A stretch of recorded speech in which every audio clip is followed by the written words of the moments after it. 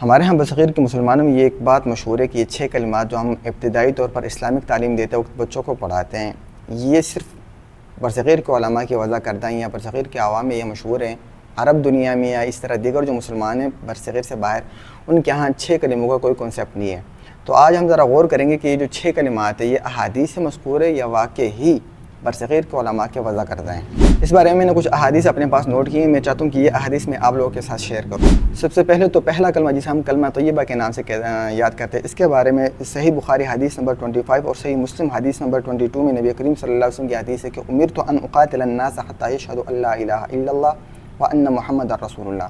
نبی کریم صلی اللہ علیہ وسلم فرماتے ہیں کہ مجھے حکم دیا گیا کہ میں لوگوں کے ساتھ قتال کروں یہاں تک کہ وہ لا الہ الا اللہ اور محمد رسول اللہ کی گواہی دے۔ دوسرا کلمہ جسے ہم کلمہ شہادت کہتے ہیں، یہ اذان کے الفاظ سے ماخوذ ہے، جیسے کہ اشہد ان لا الہ الا اللہ و اشہد ان محمد رسول اللہ۔ صحیح بخاری حدیث نمبر 605 میں بھی ہمیں اس کا تذکرہ ملتا ہے۔ اور تیسرا کلمہ جسے ہم کلمہ تمجید کہتے ہیں، اس کے بارے میں بھی صحیح مسلم حدیث نمبر 2137 میں حدیث ہے کہ احب الکلام الی اللہ اربع۔ نبی کریم صلی اللہ علیہ وسلم نے فرمایا کہ اللہ تعالیٰ کے محبوب کلمات 4 ہیں، سبحان اللہ والحمد للہ ولا الہ الا اللہ واللہ اکبر۔ اور صحیح بخاری میں ان کے فضائل بیان کرتے ہوئے فرمایا کہ یہ میزان میں سب سے زیادہ بھاری ہیں، اور اسی طرح صحیح مسلم میں ان کو گناہوں کی جاگ کی طرح مٹانے والا کہا گیا، اور اسی طرح تیسرے کلمے کے کلمات کو ترمذی میں جنت میں درخت لگانے کا سبب کہا گیا ہے۔ اور چوتھا کلمہ جسے ہم کلمہ توحید کہتے ہیں، اس کے بارے میں صحیح بخاری حدیث نمبر 3293 میں فرمایا گیا کہ من قالها فی یوم 100 مرۃ کانت له عدل 10 رقاب، جو دن میں اس کو تقریباً 100 مرتبہ پڑھتا ہے اس کو 10 غلام آزاد کرنے کا ثواب ملے گا۔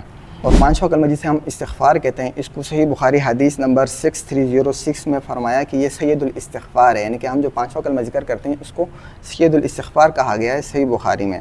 اور اس کے فضائل بیان کرتے ہوئے ترمذی میں اس کو گناہوں کا معافی کا ذریعہ قرار دیا، اور ابو داؤد میں ایک حدیث ہے جس میں اس کو رزق اور اولاد میں برکت کا ذریعہ قرار دیا گیا ہے۔ اور چھٹا کلمہ جسے ہم رد کفر کہتے ہیں، بہقی کی ایک حدیث ہے جس میں صحابہ کرام فرماتے ہیں کان نبی صلی اللہ علیہ وسلم یعلمنا ھذا الدعاء، کہ نبی کریم صلی اللہ علیہ وسلم ہمیں یہ دعائیں سکھایا کرتے تھے۔